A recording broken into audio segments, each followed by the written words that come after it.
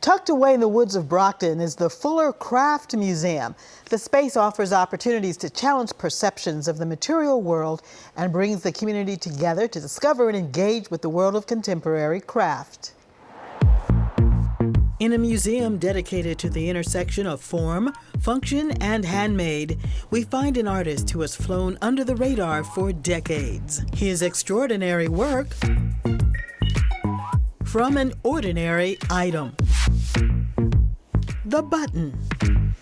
The Fuller Craft Museum is hosting Beau McCall, Buttons On, the artist's first retrospective of 40 years of craft and design, curated by his longtime partner, the Harlem icon of arts and culture, Soleo. Buttons, I think, like so much of craft, they're universal. It's something that pretty much everybody in our culture just touches every day.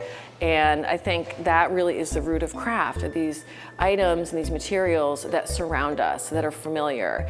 And as a craft museum, we really strive to spotlight artists that are taking these very humble materials and bringing them to new heights in artistic forms. Beth McLaughlin, the artistic director and chief curator of Fuller Craft Museum, met McCall during a virtual studio visit during the pandemic and knew immediately that she wanted to bring his works to Brockton. I was so blown away by Beau's career and how he'd been working for 4 decades using the button and the different approaches that he had taken in making his art forms, and was so shocked that he had never had a proper retrospective after 40 years of making. From wearable garments to sculptural pieces, McCall brings his personal history and social issues of Black and LGBTQ visibility to life through multi-layered and multi-dimensional creations.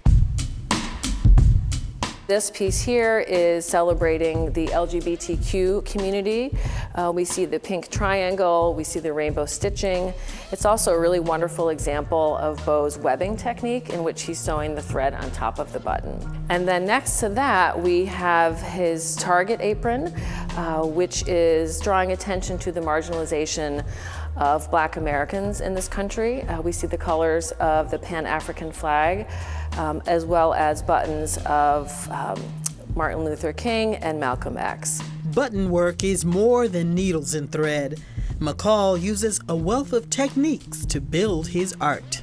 What he's done is he's used a macrame technique that he learned at summer camp and in childhood, and chicken wire and buttons. So everything on this piece is either chicken wire or buttons, even these little gold balls on the end. And it really speaks to Beau's dedication to working in a sustainable way. The button itself has a very rich history. Started off obviously as a very functional item, but very soon transitioned into ornament. So I think early on, the button still had these roots of being decorative and a way of almost like jewelry. So I think that, you know, the history of the button is as rich as Beau's career itself. And joining us now is Harlem artist Beau McCall and Peter Soleo, Wright, curator of Buttons On. Oh my goodness, the work is so beautiful, so intricate. Beau, how did you get into buttons? Well, it started back home in Philadelphia. In my mom's basement, there was a jar of buttons that I was attracted to.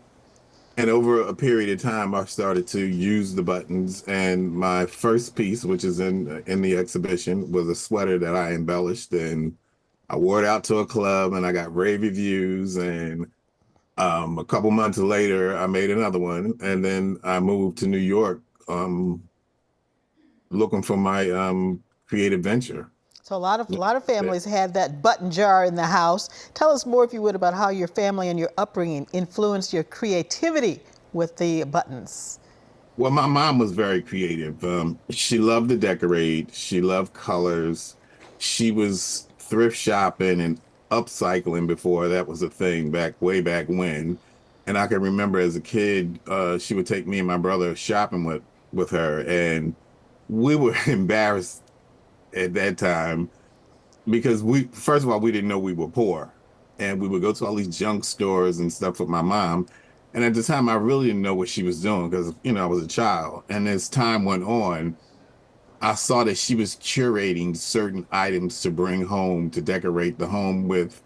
and also clothe us. So I got the bug. Well, I'm sure your mom created a very elegant home for your family. Solio, you and Bo are creative partners as well as life partners. Had you given much thought to buttons before you met? Absolutely not. Like most people, I gave it no more than a second. I didn't even give it a second thought. And so when we met, Bo had his wearable art in a closet and it was just sitting there. And I said, okay, this is amazing. What are you going to do with it? Why doesn't the world know about this amazing work? And that was about 14 years ago. And it took us that long to get to this point, and we're really grateful that now the world is learning about Bo and about the button. Now, Bo, this is your first retrospective after a very long career. How does it feel to be getting the recognition for your work now? I'm very, very excited that people are starting to take notice, and I'm just in a space that I haven't been in before publicly, and I got people calling my name out down the street, and people call me Mr. Buttons, Sir Buttons, Lord Buttons, Count Buttons. So I'm enjoying myself. Solio, what was your role in getting Bo back to showcasing his work? So we inspired each other, and so I helped inspire and motivate him to get back out into pursuing a professional career. And so he inspired me to want to be a curator along with my deceased brothers. So it was really wanting to give them and other emerging artists a platform. And so that was about 12 years ago. We did our first exhibition that he was in. It was a group exhibition. And since then, we've worked very closely together on just knocking down doors, banging on doors, knocking on windows, saying, hey, there's this amazing artist, check him out. And during the pandemic is when we started to see a lot of traction and a lot of responses. And so since then, it's just been an uphill journey. Now, Solio, I'm looking at what you have on now. Has Bo made any pieces specifically for you? Yes, he has. It's in the exhibition. He did the first button do-rag that he created. He did for me. I commissioned it. I said I wanted something to wear to an event. And I said I wanted it to be like a button do-rag. And then he just went off and made this amazing, beautiful piece that really not only is beautiful to look at, but also celebrates Black natural hair, Black beauty. And so there's always a deeper message within his works, aside from just the visually appealing nature of it. We're looking at it right now. It's absolutely beautiful. It looks like just a very regal headpiece, reminiscent of some African style. Solio, just give us a little bit more information about the themes of the retrospective. So the exhibition is broken into 4 different categories. There's buttons on the body, which explores 40 years of Bo's button embellished wearable art. So from do-rags to shorts to jackets to this amazing couture button armor ensemble. So just a range of things. And why the Fuller Craft Museum?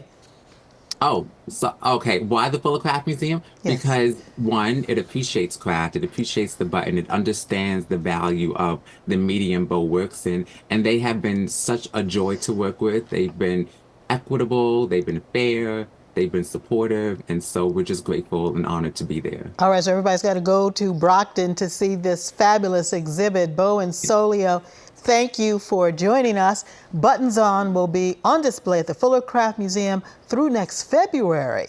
Be sure to check it out. And thanks so much for watching, everyone. Be sure to follow us on Facebook, Instagram, and X at CityLine 5. And you can follow me on X at Karen Holmes Ward. Have a great afternoon.